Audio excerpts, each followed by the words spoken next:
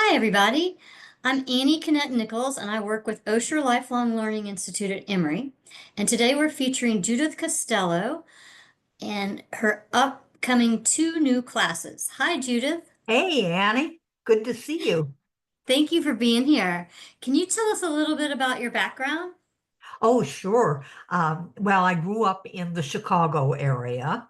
My family was musical. They owned a bookstore, so I grew up reading a lot and listening to a lot of mostly classical and traditional music.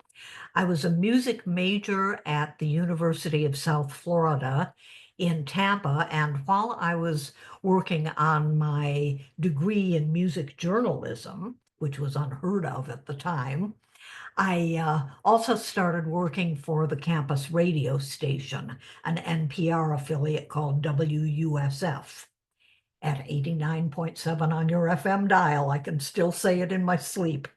And after several years at WUSF, I moved to Flint, Michigan, to hold a similar job, cultural affairs producer for the public radio station in Flint, WFBE, uh, 90.1. So I've done a lot of that kind of work. I also put in 25 years at the Canadian Consulate General here in Atlanta. So I like to feature Canadian composers and conductors and performers whenever I can in the classes I do for OLLI. But essentially, somebody pointed out to me not too long ago that the classes that I do, which are various categories in the music that's been written about them, whether it's a season of the year, a particular writer, or celebrating a day of national heritage or a period of time of a holiday or heritage.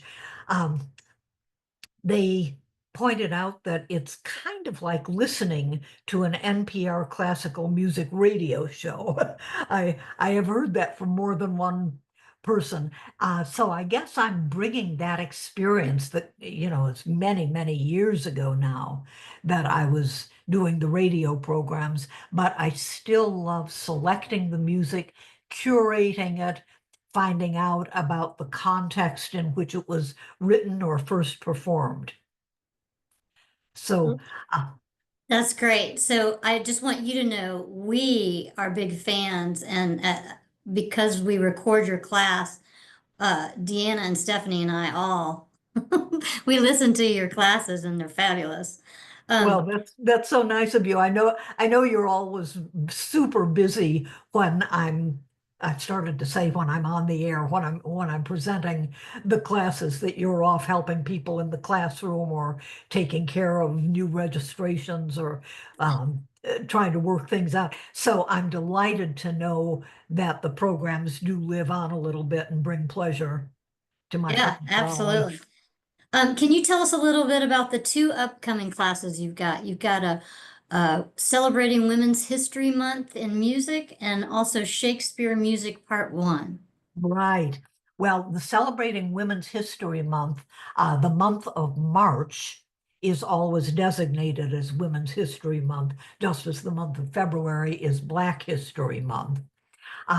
There are a great many women composers, particularly and conductors, who really, in history, who really never had a chance to shine since the default until fairly recently was men on the conductor's platform and sitting in the symphony orchestra or the string quartet or even at the piano keyboard.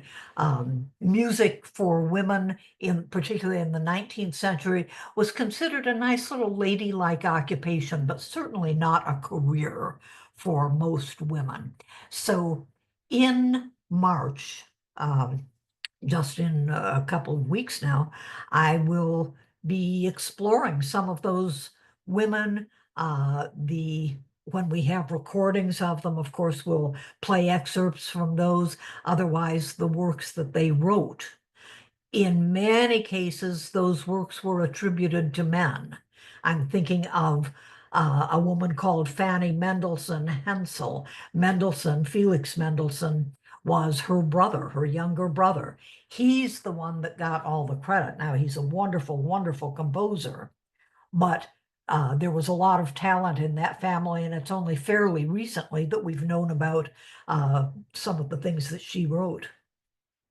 And then Shakespeare, that's going to be 7 classes the month of, it'll be throughout April and 3 weeks in May of this year. And Shakespeare, of course, and I should say right off that there is no need to be intimately familiar with his plays. You don't have to have read them. You don't have to know the plot or the characters.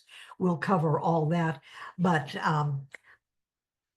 I've divided it into 7 classes, and the first one is going to be kind of a general overview about, what did Shakespeare and music have to do with each other? How did he use music? What did he write that inspired later musicians?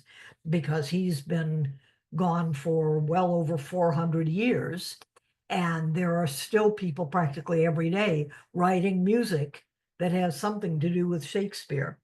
Then in weeks 2 and 3, we're going to investigate the knight Sir John Falstaff, the great comic knight in the court of Henry IV and V, and we'll pay some attention to those kingly plays about the Wars of the Roses.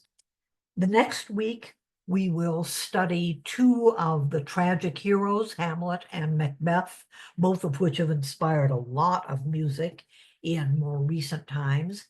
And in the 5th week, we're going to cover half a dozen romantic comedies. These are works that most people, I think, have heard about: The Comedy of Errors, As You Like It, Twelfth Night, Much Ado About Nothing, and so on. So there are, I think, 5 or 6 of those plays that have some charming, delightful music.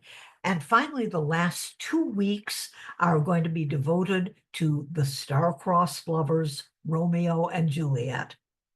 And, we'll go from opera to ballet to the Broadway stage to film music, all inspired by this one pair of lovers. Great. I cannot wait.